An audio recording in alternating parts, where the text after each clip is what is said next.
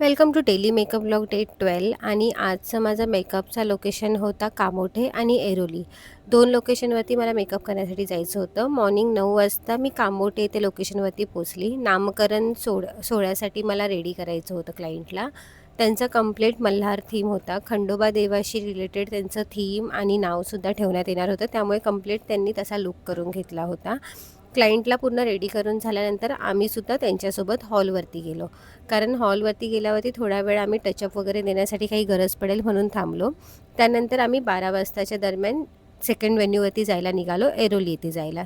त्या दरम्यान आम्हाला भयंकर भूक लागलेली, पोटभर जेवलो आणि आम्ही आमच्या सेकंड लोकेशनवरती ऐरोलीमध्ये पोहोचलो.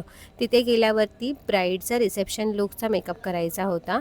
ब्रायडल मेकअप, त्यांची मॉम आणि ग्रूम मेकअप करायचा होता. एअरब्रश मेकअप होता, मस्तपैकी तो करून घेतला आणि युनिक हेअरस्टाईल करून आम्ही त्यांचा हा कंप्लीट लुक करून घेतला.